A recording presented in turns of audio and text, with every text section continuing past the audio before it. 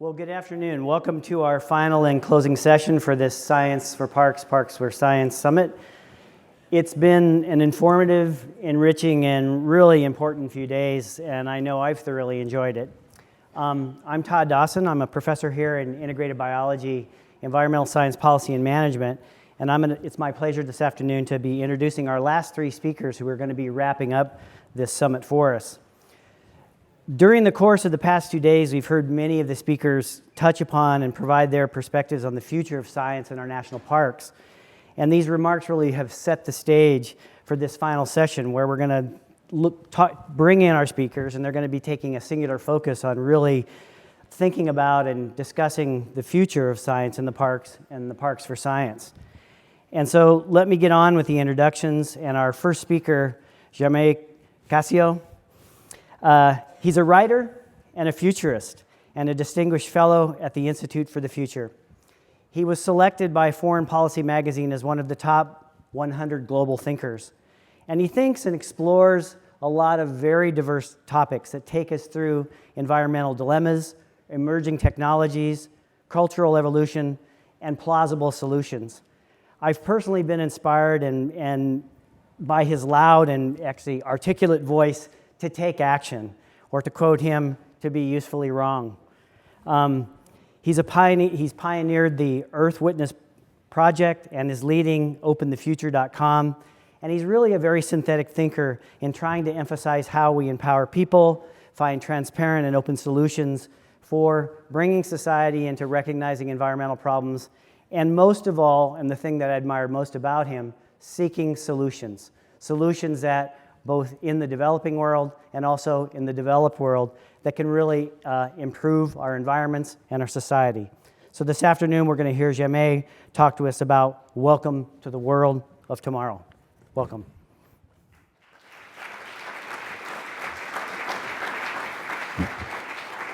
Thank you very much, Professor Dawson. I'm really honored to be here. This is really a great thing for me. I did my graduate work here at Cal, so it's always a little weird to be, and somewhat mixed feelings about being on the other side of the lecture hall. You don't often hear people calling themselves futurists. It's a term with more than a little historical baggage. But these days, being a futurist actually just means that it's my job to explore the implications and consequences of the choices we face today. Now, if that sounds like something everybody should do, it is. But for now, it's the kind of work that gets outsourced to people like me. Now, to do this, futurists research and investigate technological developments, demography, climate and ecology, emerging political movements, biosciences, and more. We're easily distracted generalists. And across all of this, we focus on how all of these things intersect, how very different systems nonetheless influence each other. The goal is to describe an array of possible futures, informed by the best information available about ideas and innovations on the near horizon. Not predictions, but forecasts based on broad research. Now, given what I do, I'm very often asked if I'm an optimist or a pessimist about the future. The answer is, unsurprisingly, both. I'm a long-term optimist, short-term pessimist. The future will be better than today, but it's going to take a while to get there. But we can get there, is the point. In my work, we frequently run into people working on projects that could make our lives immeasurably better. Medical advances, powerful technologies, new economic models and political philosophies, and so much more. We have within our grasp an array of tools and concepts that will allow us to create a future that's not just worth living in, it's worth celebrating. But getting there won't be easy. Most of you know the risks we face probably kind of well. So rather than stand here and spend the next 15 minutes warning you about the dire catastrophes looming on the horizon, I'm going to explore 3 different ways in which we could make it to a reasonably sustainable future. They start from a simple question. What would the world look like if we succeeded? Not utopias, but livable, plausible tomorrows. Relatively positive scenarios don't mean that dire futures can't happen, only that when we look ahead, we always must remember that not every possible future is a maelstrom of despair. These are 50-year scenarios, but the changes we see in these may still be surprising for some of you. So we should take to heart the words of Dr. Jim Dater, founder of the Future Studies Department at the University of Hawaii, who observed that any useful idea about the future will at first seem ridiculous. So welcome to the potentially ridiculous worlds of tomorrow. Our first scenario is one of control. What would a successfully sustainable future look like if we did, as Professor Wilson suggested yesterday, treat biodiversity and the environment as strategic issues? If our governments considered climate change an existential risk? If the tools of ubiquitous observation we've deployed in the name of national security instead get used for environmental security? For most of us, this scenario doesn't demand fundamental changes to our way of life, only in how we make that way of life happen.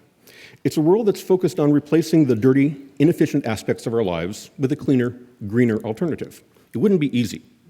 There's still plenty of opportunity here to fall off the tightrope. The present-day push towards greening our industries and infrastructure is really a key enabler of this scenario. As the costs of renewable energy, high-efficiency materials and products, as all these drop, we'll be able to make large-scale changes to how we organize our society and how we organize our economy, changes that would have seemed unthinkable just a few years earlier.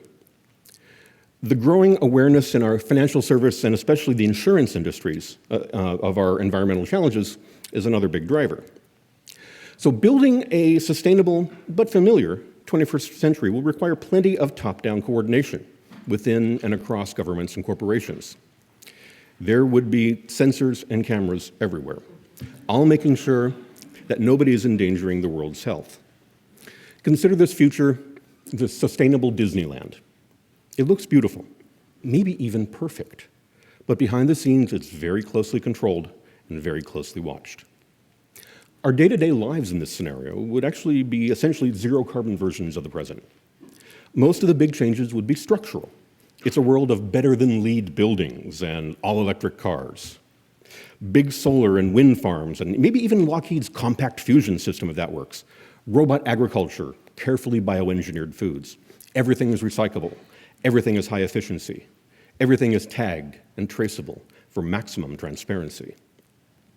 This kind of future is going to need some pretty dramatic steps. We know that our energy and industrial systems are just really changing far too slowly to avoid significant warming.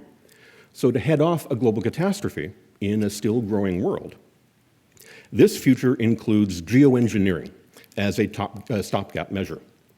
This would rely on radical, large-scale techniques to modify climate systems and to hold down temperatures in order to give us the time to shift to a zero-carbon economy. Because of its global impacts, ongoing geoengineering would demand international stability, further reinforcing this future's top-down nature. Economic policies would attempt to reduce the impacts of externalities. Disruptive technologies become carefully related. Robots are common, but haven't actually replaced human labor. 3D printers lower the cost of manufacturing, but don't lead to desktop factories. Innovation is focused on getting to zero carbon as quickly and as efficiently as possible. But as the global economy refocuses, changes accelerate, especially in the developing world. Up-and-coming nations leapfrog, bypassing legacy industries and infrastructure in order to take advantage of more advanced technologies. Rapidly developing nations are eager to have a better-than-Western lifestyle without Western levels of environmental harm. All of this becomes an engine for faster evolution as the previous recipients of eco-development assistance become exporters of eco-development innovation.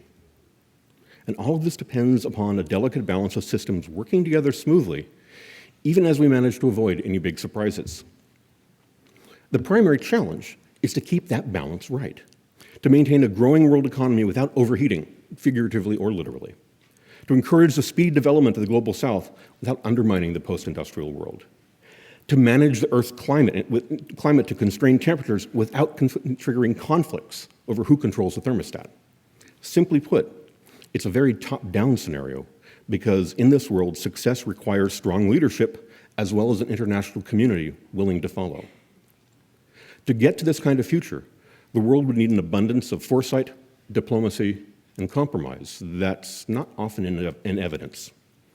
And as comfortably familiar as the resulting world might be in our daily lives, taking this path would see significant trade-offs in national sovereignty, in global power, and especially in privacy.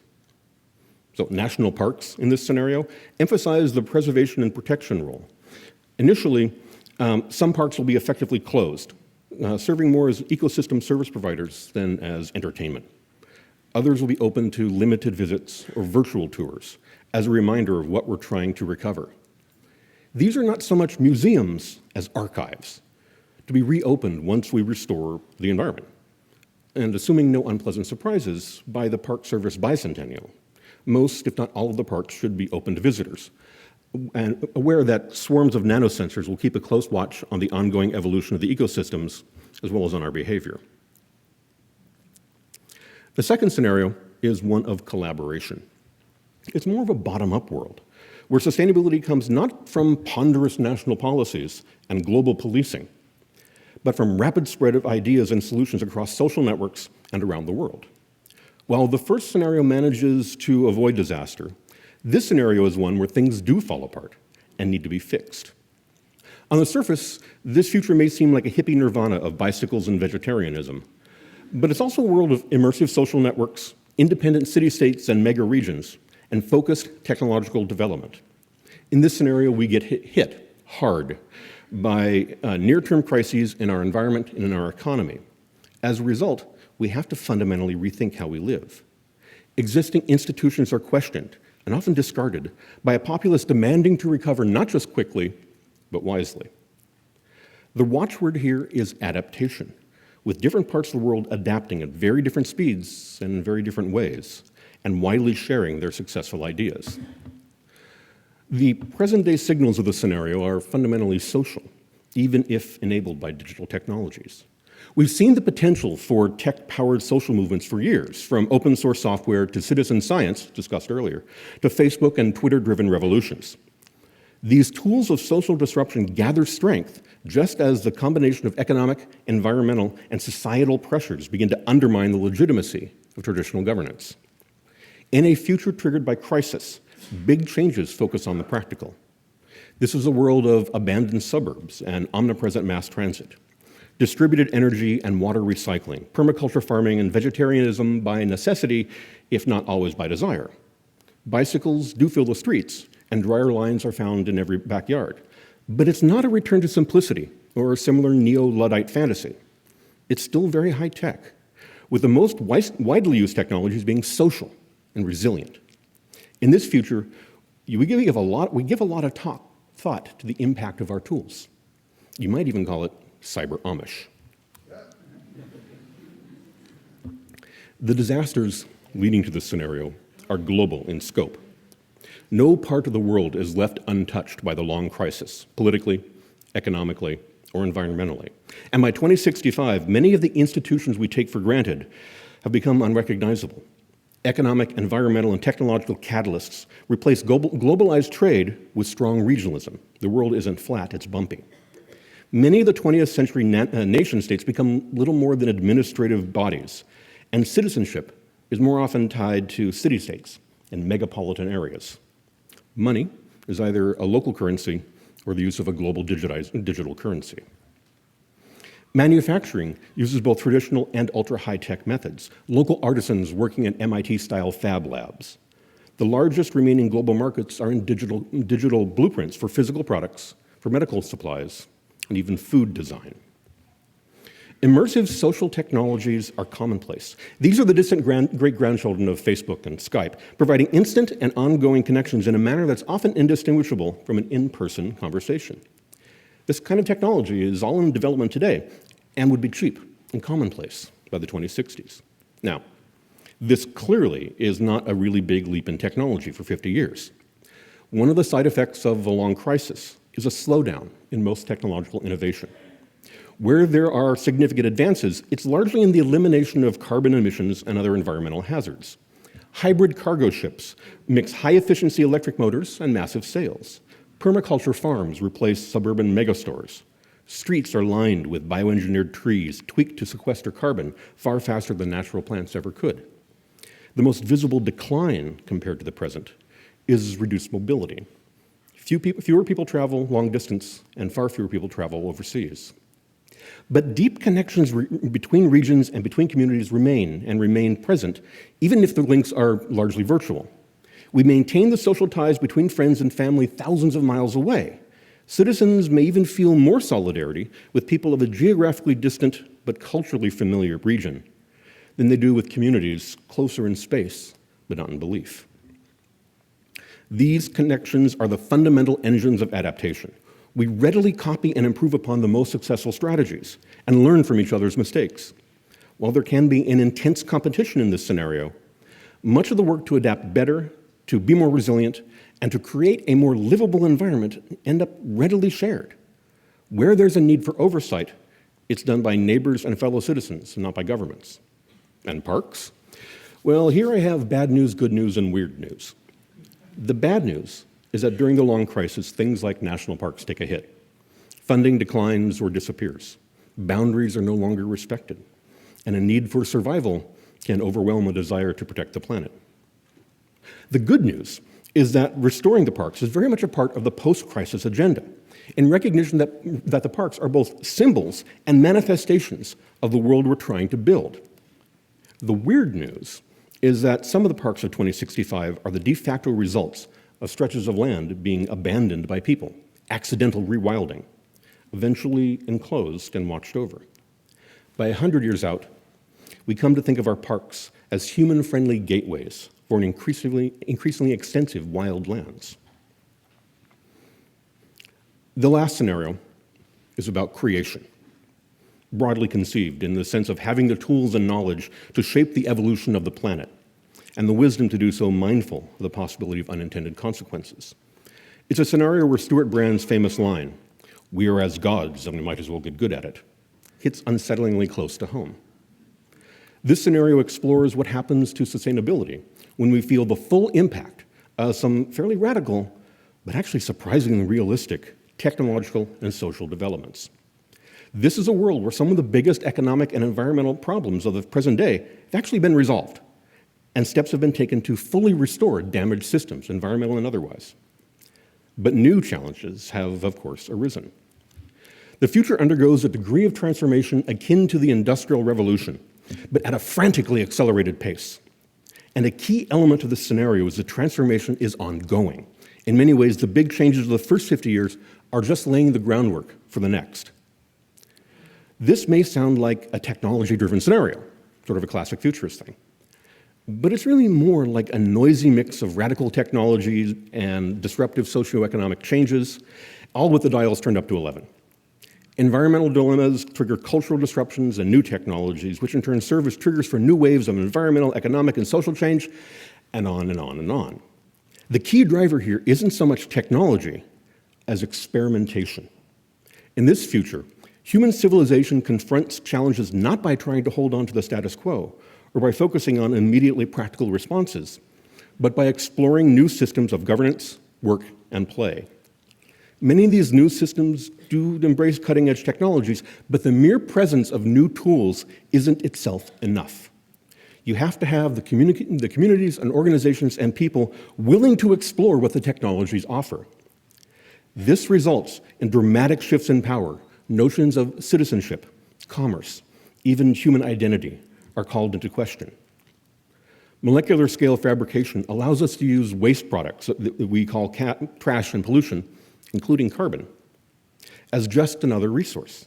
Materials become smart, able to sense and respond to their surroundings, as well as to convert incidental sunlight into a flow of energy. It's a world where every surface is active, almost alive. The ability of nanofabricators to cleanly and cheaply construct most physical objects overturns conventional market forces. The cost of production is close to nil when you can take yesterday's garbage and turn it into today's tool at the push of a button. Most importantly, molecular nanotechnology enables us to reshape the natural physical environment, even allowing us to stop and then reverse global warming. Advanced AI systems move beyond repetitive tasks and begin to undertake much of the knowledge work now performed by highly trained people, and more importantly, giving us unprecedented tools for understanding our world. Intelligent machines are ubiquitous, but usually invisible, functioning as part of the infrastructure or as part of our environment. This scenario holds big advances in medical technology and energy production, urban design, and more. It's a world of biomimetic buildings and robot transportation networks, food fabbers and ultra-clean water, engineered microbiomes and vertical farms. Economically and politically, it's a world of guaranteed basic income and the end of traditional work, AI-enabled planning, and instant democracy. And all of this sounds great, but there are plenty of risks. This is easily the most dangerous of the three scenarios. There's a lot of new power to play with, and not everybody plays nice. Government's active role in this is the protection of its citizens, especially cognitive protection. It's a world where mental health equals civil defense. But it's also the only scenario of the three that gets us out of the sustainability trap, where trying to keep things sustainable can mean living on a constant precipice of being unsustainable. The first scenario remains brittle, vulnerable to a sudden loss of sustainability, while the second just focuses on keeping society's head above water. In contrast, in this last world, sustainability is just the beginning. The goal isn't simply to stop harming the planet, but to revitalize it. Parks in this future are everywhere, almost literally. In this world, we treat all of our physical environment as our heritage and under our protection. We're likely close to E.O. Wilson's 50% target, but while some places may have less overt human activity than others, everything is managed. Well, maybe curated is the better term. Watched over, gently steered, mindful of the need to pass it along to our descendants. After another 50 years passes, the only difference will be the nature of the caretakers. Instead of being monitored by easily distracted people, they will be, as in Richard Brautigan's 1967 poem, all watched over by machines of loving grace. But 50 years, even 100 years, isn't actually all that far into the future. So let's think about 500 years and what that might look like. We probably won't be celebrating the 600-year anniversary of the founding of the Park Service, at least not in the way we're doing so here. Political configurations tend not to have that kind of longevity. But the ideals embedded in the goals of the Park Service combine to shape our culture. The desire for knowledge, the need for preservation, the interweaving of memory and legacy. Our planet will be far healthier than it is today. In fact, I suspect that the Earth itself, the entirety of it, will be on the path to becoming the 26th century equivalent of a park. In this future, it turns out that E.O. Wilson thinks too small. What better way to pay our respect to the planet upon which we were born than to let it return to its natural course of evolution? To carefully remove our footprint from the oceans and the sky and the land, perhaps even reintroducing species that we had driven to extinction in centuries past. Or perhaps we just let the world rewild in a way that treats our historical impact as just another passing natural phenomenon. In whatever way we transform the Earth into a park, it's with a light touch, constant observation and study, and most of all with reverence. Where are the people? Ask your favorite science fiction author. Some of us may be exploring the galaxy on starships, accelerating to close to the speed of light. Others may be on vast arcs, taking the seeds of Terra to new worlds, welcoming to, but as yet untouched by, biology. Or maybe we stay near home, turning Mars, Venus, Ganymede, and Europe into new realms of earthly life. But in every case, we don't leave the Earth behind, we expand it. Earth becomes wherever we live, a growing sphere of DNA and mind spreading through the cosmos, and at its center, our first home. Not forgotten, not ignored, celebrated. Thank you.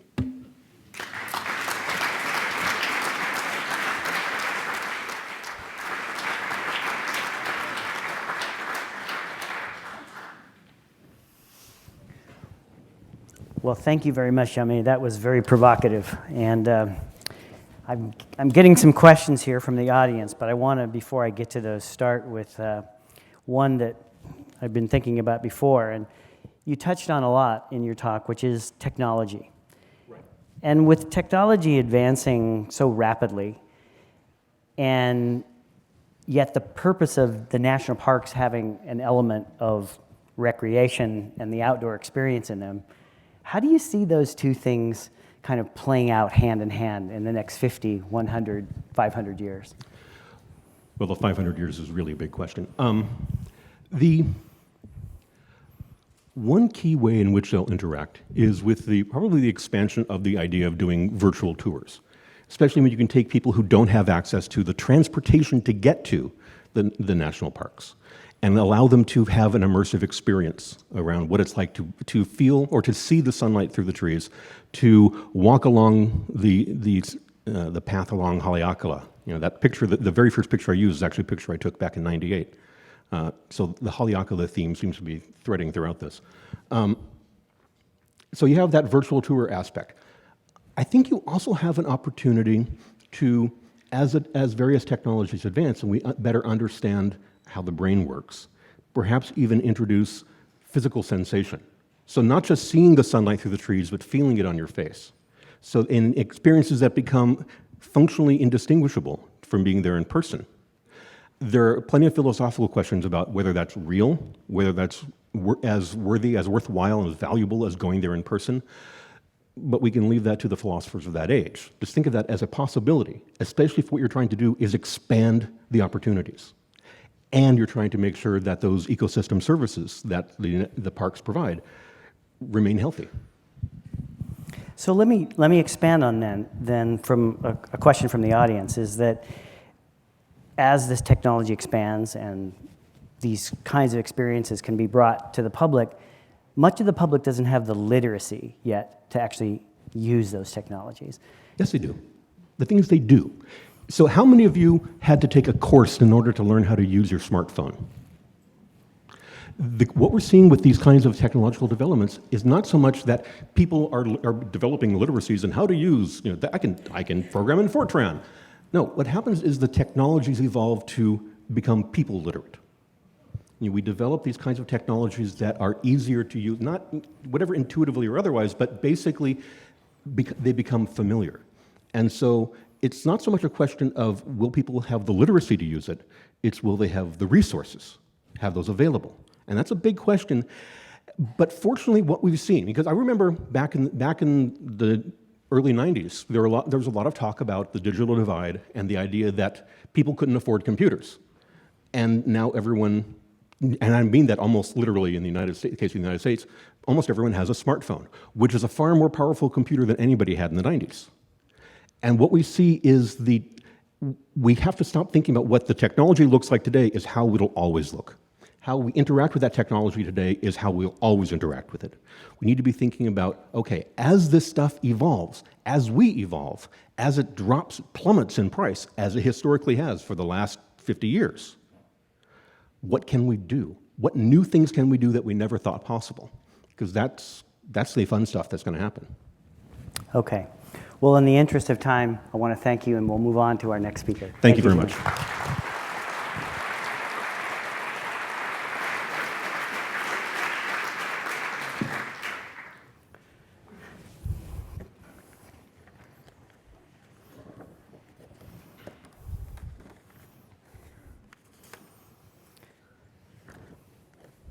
So our next speaker is Gary Machlis, and Gary is the science advisor to the director for the U.S. National Park Service, and this is the first science appointment of this position that's ever been made.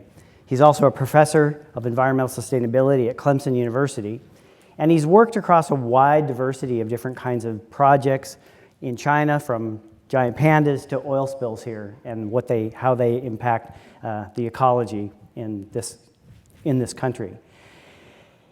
Dr. Machlis has also been a co-leader of the U.S. Department of Interior Strategic Science Group, and he's a fellow of the AAAS, and he's been recently appointed as the co-deputy editor of Science Advances, an online journal that's been published by the magazine Science itself. He's written numerous books and scientific papers on conservation and sustainability, and perhaps his most provocative and recent book in 2011, Warfare on Ecology, A New Synthesis for Peace and Security, is one of the more provocative things that I've taken a look at. Please join me in welcoming Gary, where he will speak on the future of science in the national parks.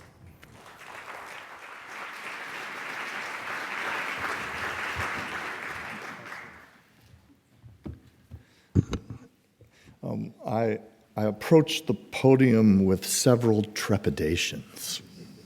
First, I follow an excellent professional futurist. Second, I'm the second to the last thing between you and the conclusion of this extraordinary gathering. And third, speaking on the future of science is fraught with difficulties. This is a book published by C.C. Furness in 1942 called The Next 100 Years, where he cheerfully predicted that there would be post-war food pellets for everyone, and that the technological limit of wireless receivers for personal use was going to be reached at somewhere around a 2-pound backpack that we would carry. One of his descendants, by the way, is here. Where's Brett? Brett, could you raise your hand? There you are, Brett. He's a wildlife biologist with the California Fish and Wildlife. Contemporary versions often imply and employ fancy visualization techniques. And the inner ring, for example, shows the present, the middle rings the probable, and the outer rings are possible. And as was described earlier, specific predictions tend to dominate on technology, particularly near-field futurists. So what I'd like to do briefly is share with you some near-field predictions of now emerging, just over the horizon and currently emerging, disciplines and fields, methods, tools, and data, and frontiers and challenges to those of us involved with Science for Parks and Parks for Science. First, disciplines and fields. Let's begin with quantum biology. Quantum biology applies quantum mechanics, particularly wave-particle transitions, to rare but vital biological phenomena. An example is the ability of birds to navigate using magnetoreception linked to the Earth's magnetic field. Deeper understanding, which could be provided by quantum biology of these mechanisms, could help park scientists and managers in life cycle stewardship for migratory species. Another example would be conservation paleobiology. The formal definition is the application of paleoecological and geochemical techniques to the prehistoric and historic skeletal remains of species threatened by extinction. That's the formal definition. But in some ways, it has a much broader and creative opportunity to help us document wide ranges of environmental variability and redefine species extinction at longer scales. It's not just the biophysical sciences that are emerging. Cliodynamics is an interdisciplinary area of research that combines historical macro-sociology, economic history, and modeling to understand long-term social processes.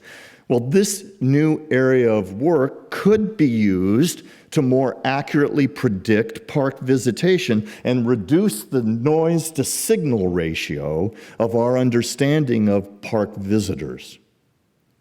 Another example is reconciliation ecology. Reconciliation ecology studies the ways to encourage biodiversity in human-dominated landscapes, often called, particularly by the proponents of it, win-win ecology. As it becomes more effective, and it will given its small spatial scale and low bar for resilient biodiversity, it challenges a variety of our strategic approaches for biodiversity conservation, as Ed Wilson colorfully noted at the opening of our conference. But it isn't just fields and disciplines that are just over the horizon. Methods, tools, and data will also alter, and we begin with environmental DNA. Environmental DNA refers to the genetic material from whole microbial cells, or shed from organisms via metabolic waste, or damaged tissues, or sloughed stem cells. Imagine that the seats that you're sitting on are essentially a swamp of environmental DNA from all the previous people who sat in that seat. And that wooden bar that your elbow is resting on right now, or if you're bored by the presentation, your head, if you're down and taking a nap, is actually attracting a large amount of environmental DNA. Recent technology allows species identification within meters to kilometers of a monitoring site. As the cost of gene sequencing declines, eDNA, environmental DNA, becomes both efficient and potentially a core of non-invasive inventory and monitoring. The Park Service robust I&M program needs to currently advance itself and get ready to use and incorporate eDNA into its I&M activity. Another example of technology is the potential sensor technologies, including the air quality egg and the Dustino.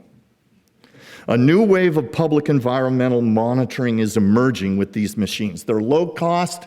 The air quality egg is about $85. The Smart Citizen Kit is about $200. And they're currently capable of measuring particulates and toxic gases. The Citizens Kit, the Smart Citizens Kit, also measures light intensity, and those of us in parks, light intensity and noise at $200 an instrument that can upload data. As these tools become more accurate and reliable, they can provide large, low-cost, real-time data on park resources.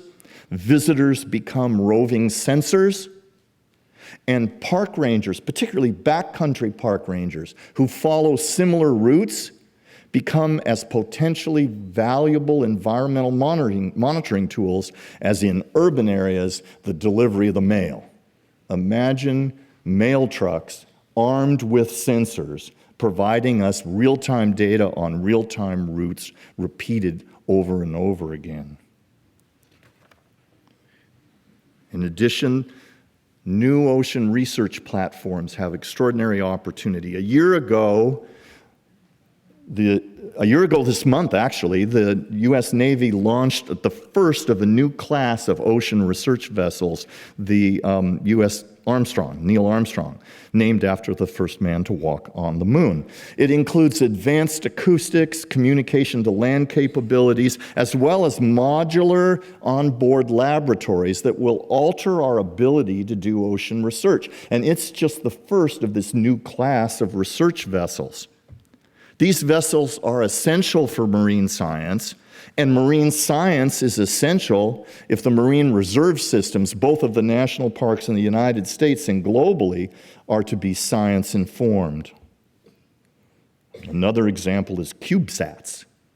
CubeSats are 10-centimeter little boxes that are often just shoved out of the door of the International Space Station.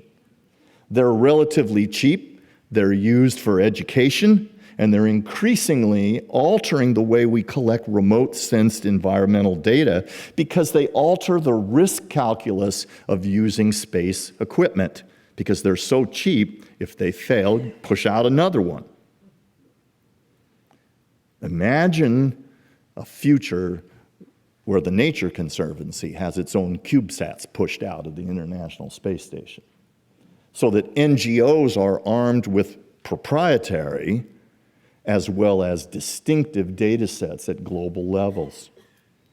Another example of technology would be biocuration. You always know you're talking about an emerging new field. Biocuration, this is the fourth workshop, and it's in 2010, and that's the whole global crew of biocurators. So you can see that it's emerging. Biocuration is the activity of organizing, representing, and making biological information accessible to both humans and computers. To both humans and computers. So uploading park-collected data with advanced tagging not yet available and expanding access and the ease of access, which are not the same, can create a new generation of citizen scientists operating at another level, as well as empower park managers like they've never been before. As mentioned earlier, artificial intelligence methods that extend beyond search and statistical analysis to advanced semantic analysis is going to create the opportunity for AI research assistants.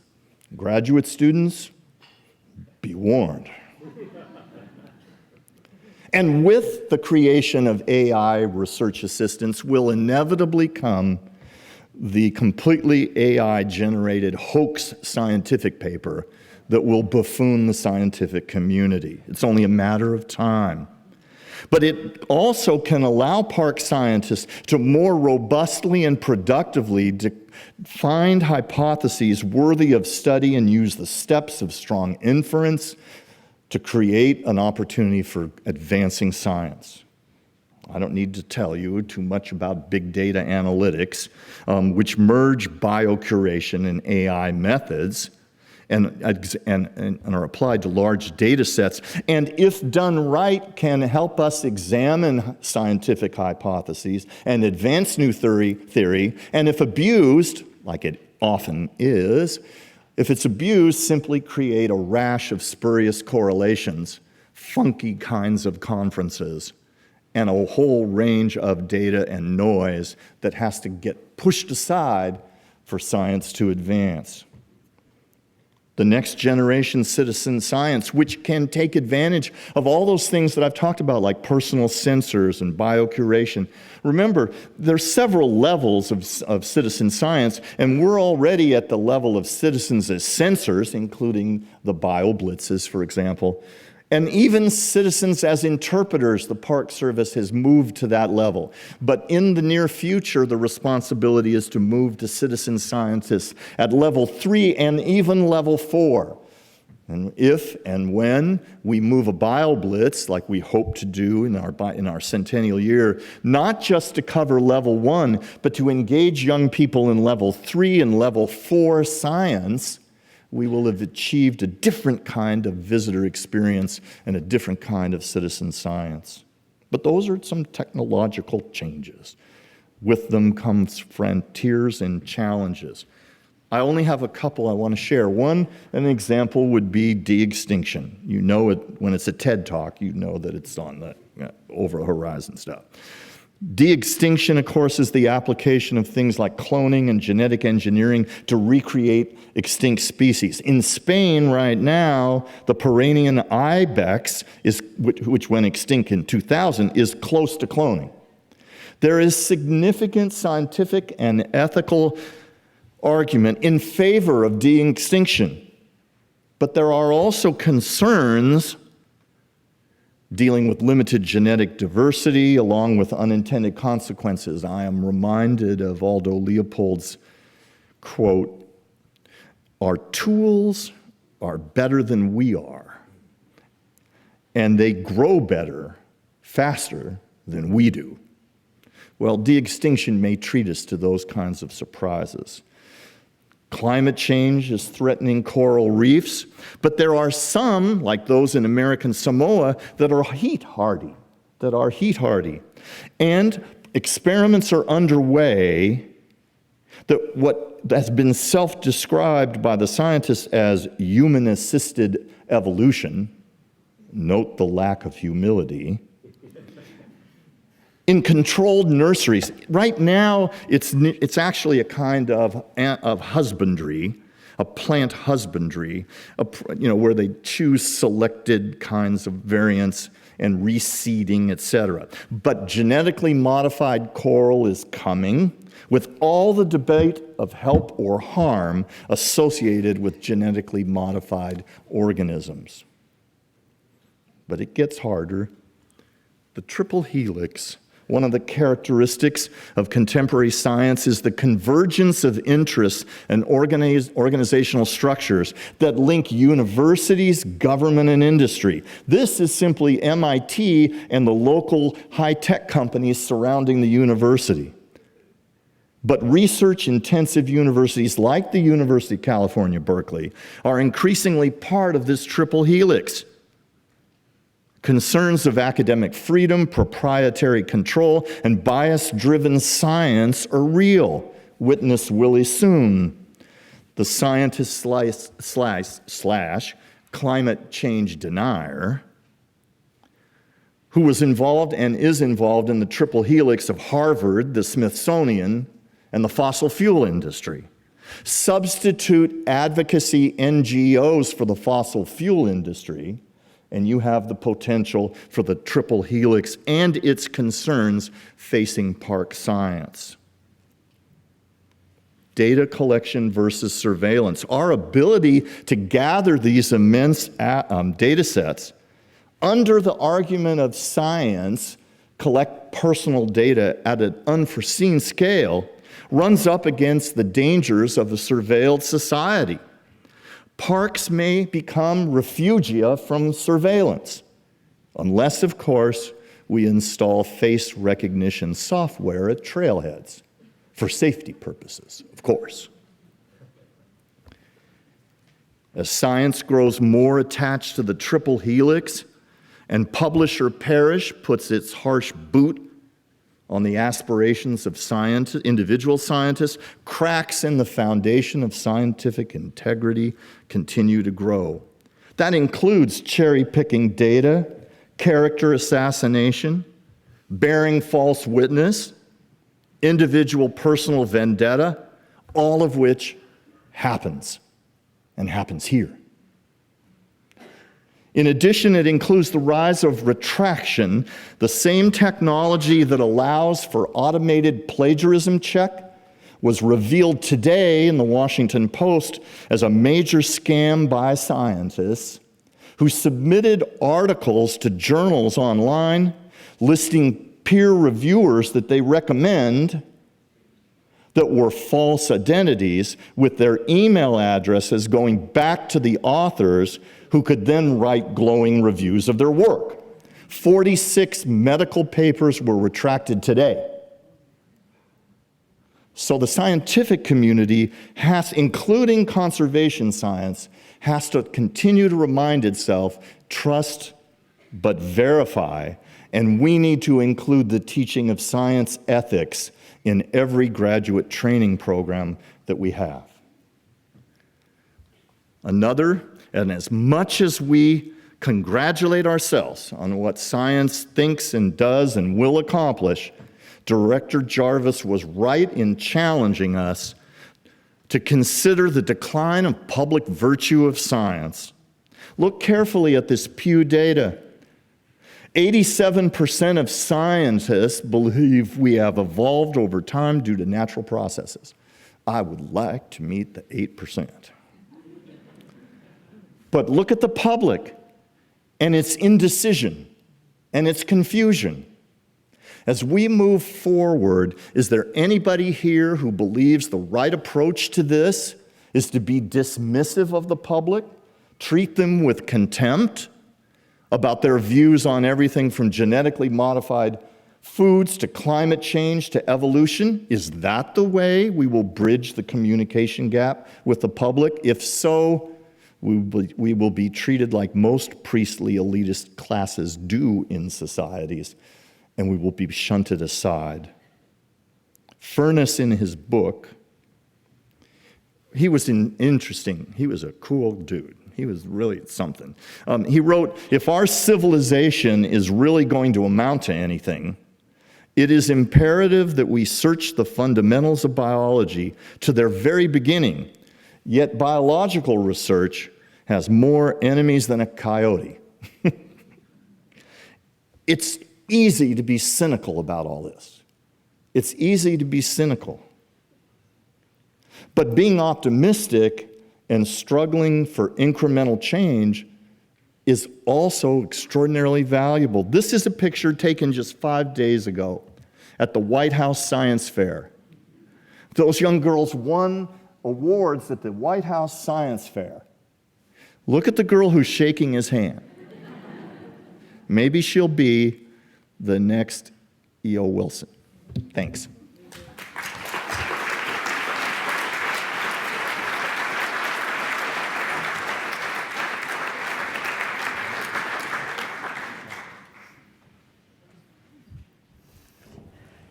Well, thank you, Gary. Another provocative look to the future. Like Jamais, you talked a lot about technologies, and I have a question here. Will those technologies, like your eDNA and your Destino, will they bridge the gap between research and managers, or will they enlarge it? Bridge the gap or enlarge it. They can do both.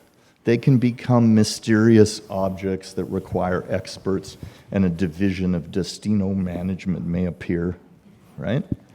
But I also think that they have the opportunity to reduce the separation between managers and usable knowledge.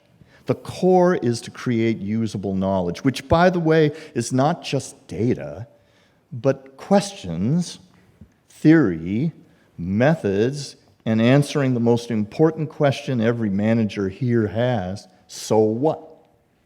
And if the data in these machines can help answer the question, so what, it'll close the gap. So then how do we get the Park Service ready for this scientific transformation? One of the good things in studying organizational culture is generations die off, right? And there are several young graduate students who are sitting here thinking, he may be the science advisor now, but from the looks of him, he's not going to get off stage in one piece, and maybe I should give the director my application just as a precaution.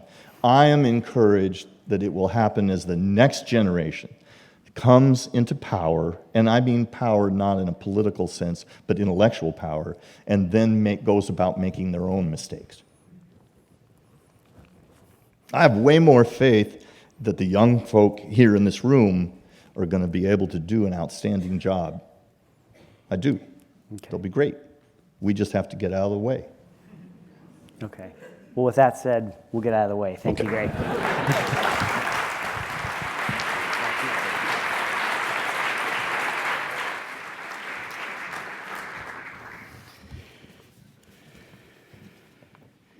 Okay, well, we've come to the closing moments here of the summit, and it's my pleasure to introduce our final speaker, Steve Beissinger, who you all have met previously. Steve is a professor of conservation biology here at the University of California, Berkeley, and he's held the Starker-Leopold Chair in Wildlife Biology, and he's also a research associate with the Museum of Vertebrate Zoology. Steve's research focuses on bird biology in the broadest sense, but on behavioral and population ecology more specifically. And I got to know Steve's work when we crossed paths in the redwood forest here in California, where he was working on a rare bird, the marbled murrelet, and I happened to be working in the trees that they nest in. He's got a passion for understanding rare species and trying to do something about conserving them, and that's even led him most recently to work on the Earth's rarest fish, the devil's hole pupfish. So he's got a passion for these things. Before I turn the stage over to Steve, I want to bring a full acknowledgement around and say that Steve has been the person that's been spearheading this summit. And so on behalf of the people in the room here, the organizing committee, the volunteers, the graduate students, the faculty involved in this, all of the speakers who have convened here from academia and from the Park Service, and especially to Josh, his son, and his wife, Wendy, who I know will be welcoming him home after his stint here organizing this. I want to give Steve a very big thank you.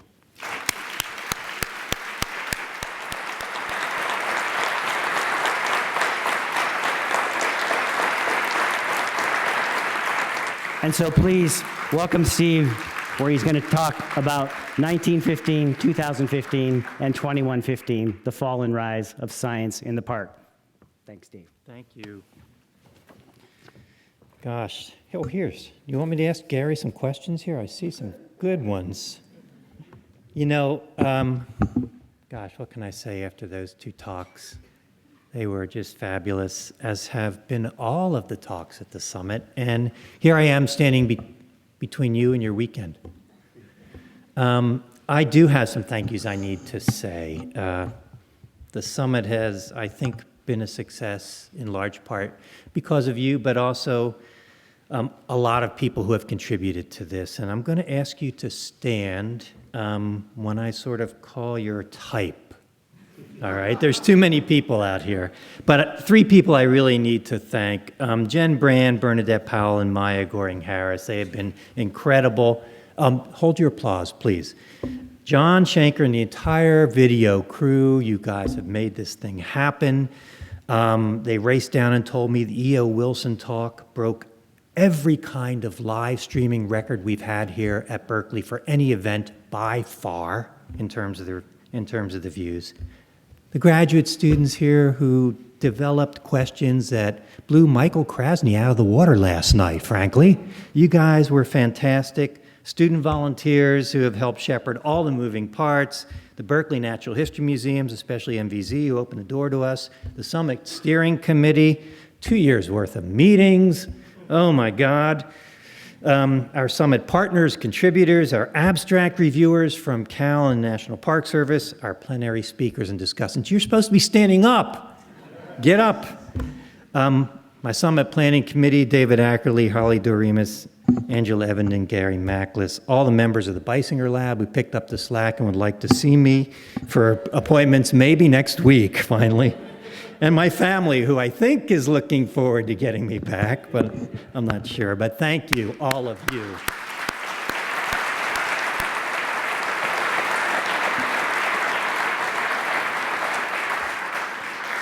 Well, my job is to wrap up this summit and send you on your way. And I thought I'd try and do that by thinking a little bit about the past and the future.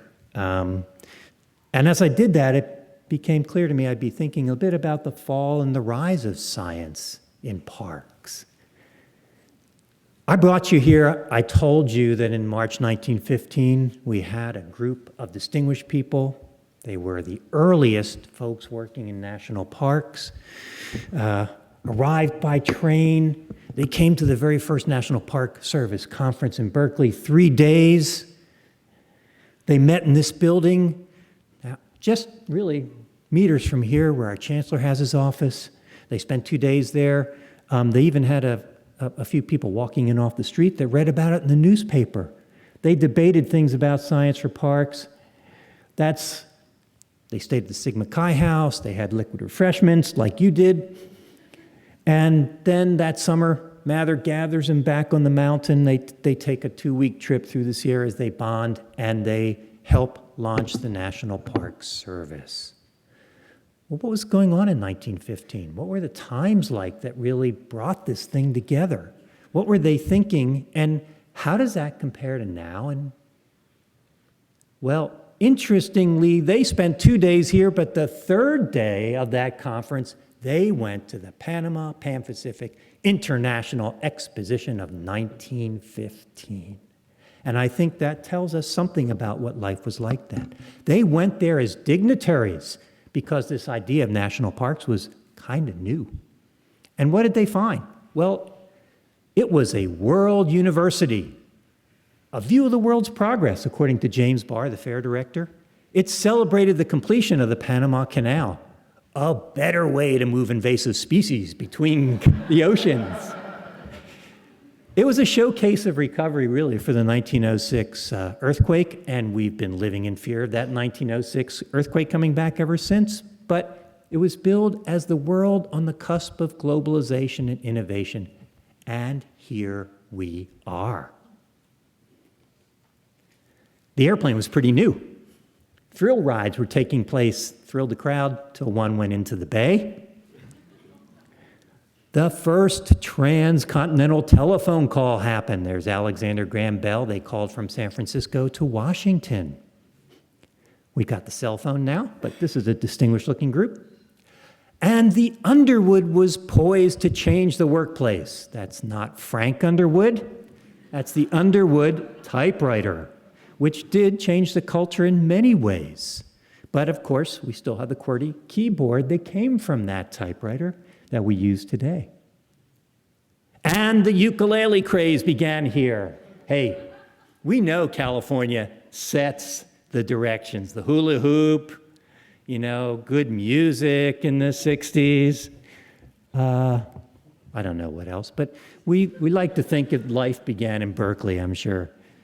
And then there was the cow bear, the symbol of the fair. And of course, here we are in 1915, just 11 years away from the extirpation of the grizzly bear in California. And through much of the West, So let's take a look at what the state of science was like at that time. It was focused on public health. Has it changed? I don't know, we're still pretty focused on health issues. T.H. Morgan demonstrates the first genetic mutations. And then eugenics is proposed for human betterment. We're going to solve poverty, crime, and disease with, genetic engineering? Einstein's theory of general relativity and our ideas of Wegener of Pangaea and continental drift were published that year. The Ecological Society of America was formed, 1915. Important year. We're going to celebrate that centennial, as it was discussed earlier, and we've had 3 past presidents and the current one here. I'm sure we've got some future presidents of VSA sitting in the audience. It included forestry and entomology, along with plant and animal ecology as its subjects of interest. Henry Cowles, one of the leaders at the time, expressed the desire to see ecology move past description to experimentation. So what was conservation and science like as we think about this trajectory? Have things really changed from 1915 to 2015? And 2115, wow, I stand in awe of these futurists. I tried to think about this. Here we go. All right, 1915. We had this kind of concept of parks as a place where we were going to interact with wildlife. Fortunately, these are black bears, not grizzly bears, for both of these directors. But this was a big thing that brought people into parks. Today, it's still kind of an important reason why you go to parks. Yellowstone, I found out as I was researching, I can get an app about where is the grizzly bear today that I can put on my phone, and I can find out where the bears are, where I should go to see them in the park. Clearly, this is still a big reason it brings people to parks, and we're figuring out better ways than they had in 1915 for people to engage with wildlife. What will that future look like? I have 2 scenarios for the grizzly bear, right? One is the desire from some people to reintroduce it back into many other parts of the West. Maybe we'll have them back here in California. I don't know if people really can learn to coexist with these big animals. The other might be you'll get your picture taken with the grizzly bear in the local museum in 2115. Infrastructure and development versus wilderness. This was a big one. Before the Park Service was even formed as a service, but after we had parks, we were trying to decide about Hetch Hetchy Valley in Yosemite National Park. Were we going to construct a dam and flood a beautiful, incredible valley? And in fact, this brought out the classic fight. John Muir versus Gifford Pinchot. Aesthetics and preservation for its own right versus the good use, multiple use. Did someone say Michael Soule and Peter Kariva? I don't know. Old conservation, new conservation. We've been around this block for a long time, frankly, and I find these arguments a little old. I mean, conservation is all about playing golf, isn't it? You have a bag, you got a bunch of clubs in there, and you pull out the one you need for the particular problem you face. There's not one club that works them all.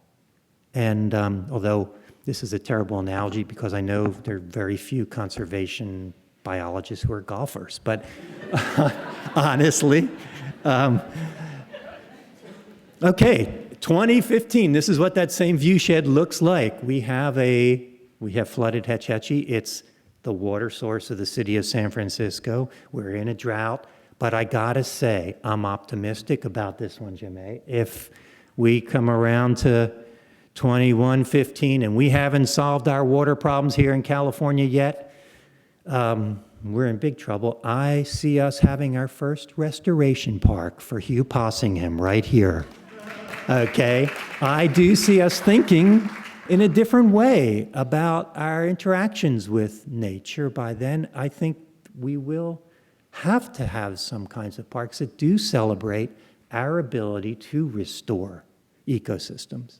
This won't be a park, obviously it's part of Yosemite, but maybe we can have some other parks that are sort of like that, that really are telling us something about our ability to reconnect with nature, and restoration's been an important part of that. We had some conservation successes by 1915. Plume hunting was a big conservation issue in the early 1900s. We killed lots of wading birds for those beautiful feathers that drove women's fashion. And public campaigns brought awareness up to such a level that by 1915, plume hunting was outlawed. But in places like the Everglades, but we still were just beginning our job of building the canals, the dikes and ditches that really define that ecosystem today. And you can see them from space here. They interrupt the flow of water. We have finished them by the early 1960s, and we spent the last 50 years trying to figure out how to operate this system. And now we're trying to remove those dikes and ditches. 2115, okay, sorry, but the Everglades is likely to be a good ways underwater unless we decide to engineer something around the rising sea levels that are going to happen. And much of this projection of sea level rise covers a lot of the freshwater ecosystems of Everglades National Park. So are they going to be pushed further up? I don't know. We do have a nice situation in Florida. We've got all the people living in those purple areas, and we actually have the wildlands and Everglades agricultural system. The Everglades agricultural system sitting up here, well, that's going to be gone by then because the soils have eroded so badly already, they're barely able to keep that sugar cane going.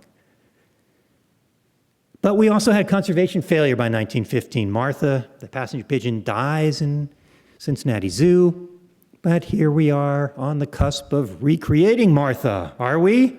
Are we going to do that? Are we going to wind up with a passenger pigeon pest problem? Try saying that fast 4 times. I did, I practiced that.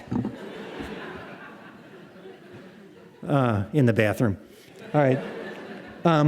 But really, we have some ethical and interesting decisions to make. And of course, where are we going to be starting to put these de-extinct species but John Jarvis in your parks? And so, in fact, people was always part of the problem here. People were always part of the solution. In 1915, Mather and Albright, they get visited by the Blackfeet chiefs. They're protesting the use of white man's name in Glacier Peak. Interesting. Fast forward, 2015, we're still fighting over those names. Now it's trademark disputes. Now it's capitalists that are marching around and saying, we want those names, the Ahwahnee Hotel, the Wawoni. Gee, those kind of sound like Native American names to me. As I think about it, who really owns those names? And now when the chiefs come, the director has to go in and face them in different kinds of hearings, I guess. They still look as menacing. It's still over. Some name calling, I guess, happens in those. I don't know, John can tell us. But 1915, here's a couple. You know, national parks, it was always about camping. Here's a couple on their way back home from the Pan Pacific Fair. And they're camping in style. 2015, camping in style is, a little different now. The technology has changed. We worry about this. We think technology can connect us. It can also disconnect us. But it can connect us in lots of different ways. 2115? I don't know. Here it is. Love scouting, but hate getting out in fresh air? You're in luck. Boy Scouts of America offers virtual reality scouting. Oh, the places you will go. I found this on the web. It didn't say 2115. I thought, oh my God, it's here already. I had just been to a virtual reality fair and watched people looking at those things. Fortunately, it was an April Fool's joke, but it got me for a while. And one really does wonder what merit badges we'll have at that time. Some things have actually persisted from that fair. San Francisco Palace of Fine Arts was built. That's what it looks like today. Interestingly, it's not just the built things that have persisted. The trees all around the Campanile, the European plane trees, they were all moved, brought over for the fair, moved and brought over here to the campus. And you can walk up there at the Campanile and enjoy them today. They're still there. So will this still be there in 2115, the Grand Canyon? I'm guessing the hole will be there in the ground. I don't know if it'll be called the Walmart Grand Canyon or have some other name in front of it, whether it'll still be a public space or whether it'll be privately owned. I think those are important questions that we're going to be dealing with as we move forward in time. This conference, however, has been about science for parks and parks for science. So why? What makes science so important anyway? Well, the way I think about it, science is about data and science is about theory and bringing them together. They make some kind of a model, they make some kind of maybe a hypothesis about things work, but some formal way that we represent that. But then we don't stop there. We then take that model, we take that data, we create predictions. And then the best part is we take those predictions and we use new data to find out if they're any good or not. We call them tests. And that process feeds back upon itself. And it feeds back over and over and over again. And yes, you can fool the process some of the time. But in fact, we have lots of ways to help that process. There are a lot of other scientists out there willing to help you with that process. We call them reviewers.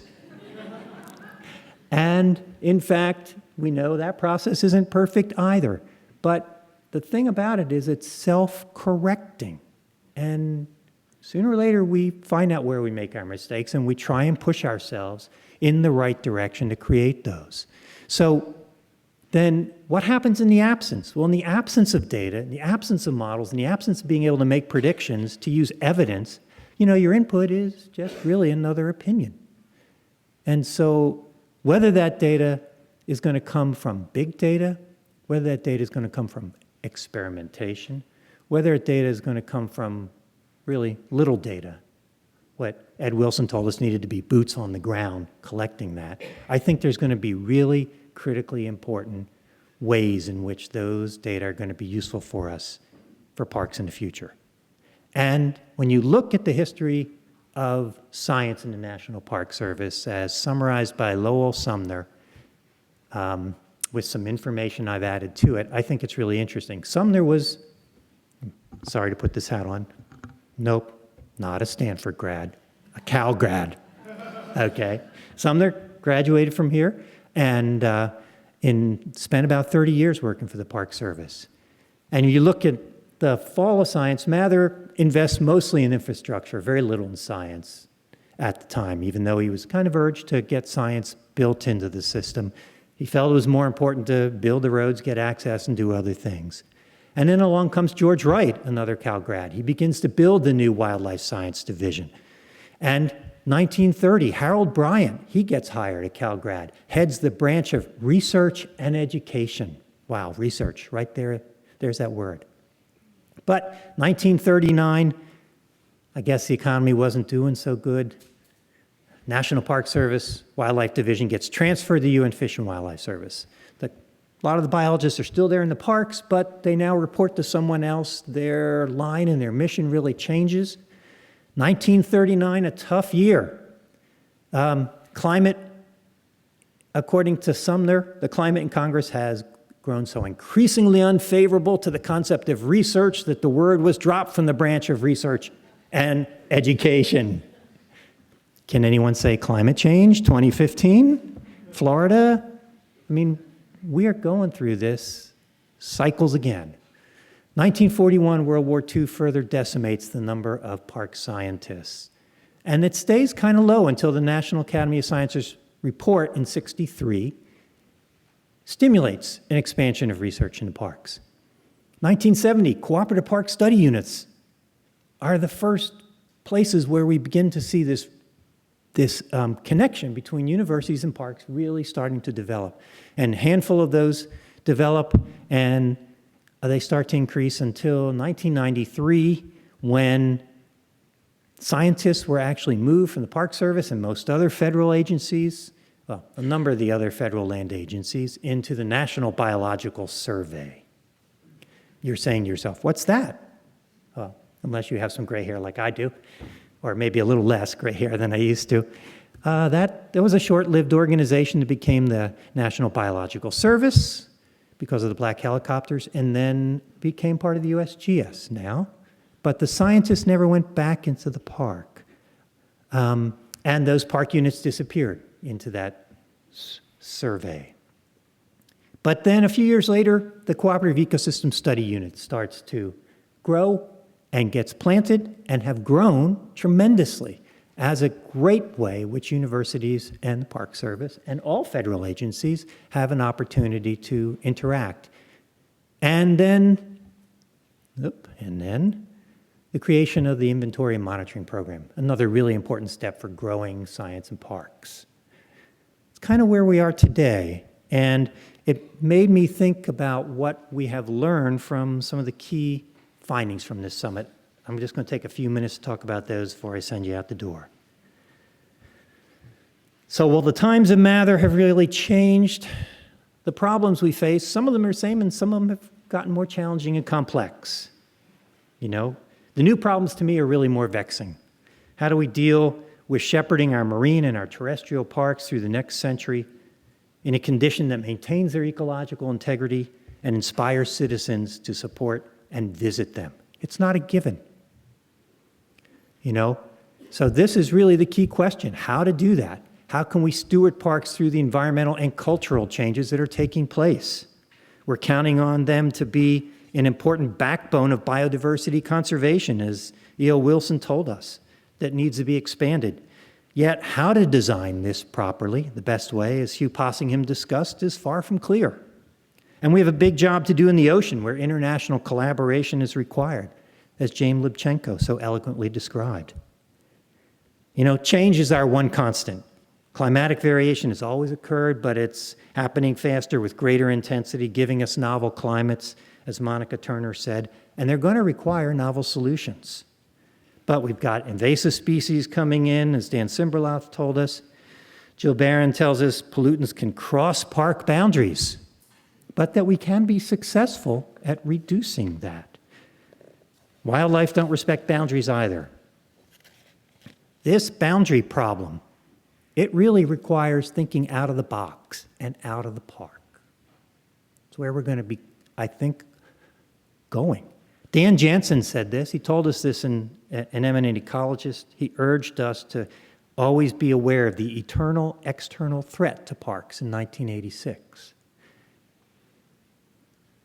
Will we really succeed by falling back on the precautionary principle? Is it going to be enough in this era of rapid change? Do no wrong. It's standard. It's conservative. The Revisiting Leopold report suggests we've got to fully integrate it into all decision-making in the parks level. But, you know, we've heard some colleagues at the summit say we're going to have to embrace more proactive management to maintain ecological integrity. How do we do that without creating the passenger pigeon pest problem equivalent? You know, we know our solutions are going to be embedded in a coupling of social, biological, and physical sciences, and they involve engaging people. We need to think about coupled systems. John Francis told us, Tom Dietz told us, Ed Birnbaum told us, we have to engage people as citizen scientists. We have to communicate our science. We have to engage them aesthetically, spiritually, culturally. It's great to inspire kids to be outdoors. We've had a lot of emphasis on that, but I've got to say, I can't wait for the fourth graders to grow up and vote.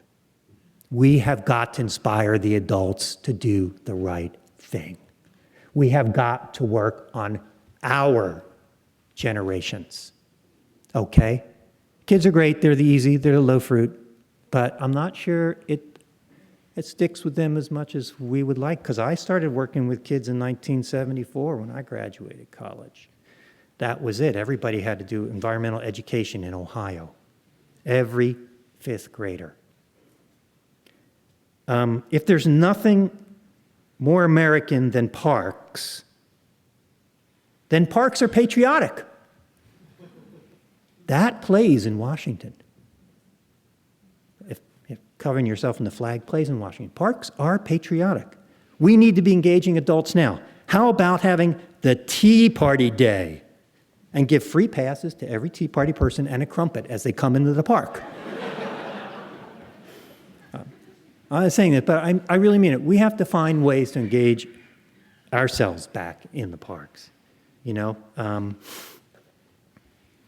Monitoring, the big part of the park program. It's essential. It produces the data, but monitoring alone is not enough to produce the science we need. It's got to be coupled and integrated with models, with hypothesis testing, really models of coupled natural human systems that I think are the direction that we're kind of moving in, the analytical and decision support tools that I think parks will probably need. Expanding science by increasing the number of Park Service biologists. We got to keep science rising. I think the Park Service knows how much it wants science. We are expanding the collaborations with preeminent universities, and by removing barriers that can make doing research in parks difficult for scientists. We need to do that to help that happen. And finally, for the 250 scientists from the National Park Service and other federal agencies that weren't allowed to attend this summit, I say to Congress, let my people go. All right?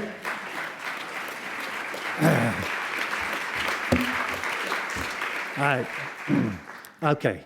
All right, I'm almost done. Final slide. We're here. We're moving forward. The end is just the beginning for us here in Berkeley. We have a book that will be coming out with the plenary talks and some others that I view as a time capsule. Someone will be silly enough to organize a summit like this in 100 years, and they'll look back at this book and they'll look back at our time and they'll say, what were they thinking?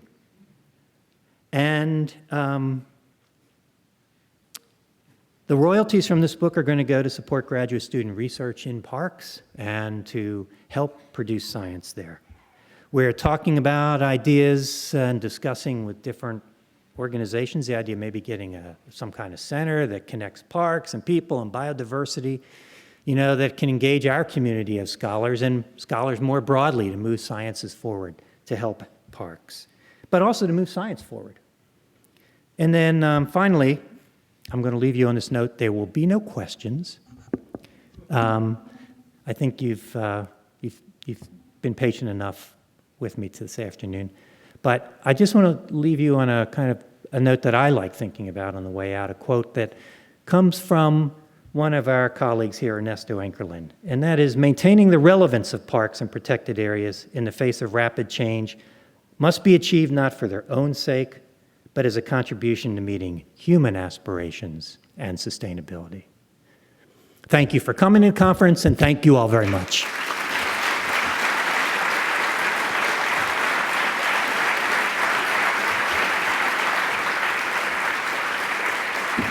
Now go enjoy some parks in the Bay Area.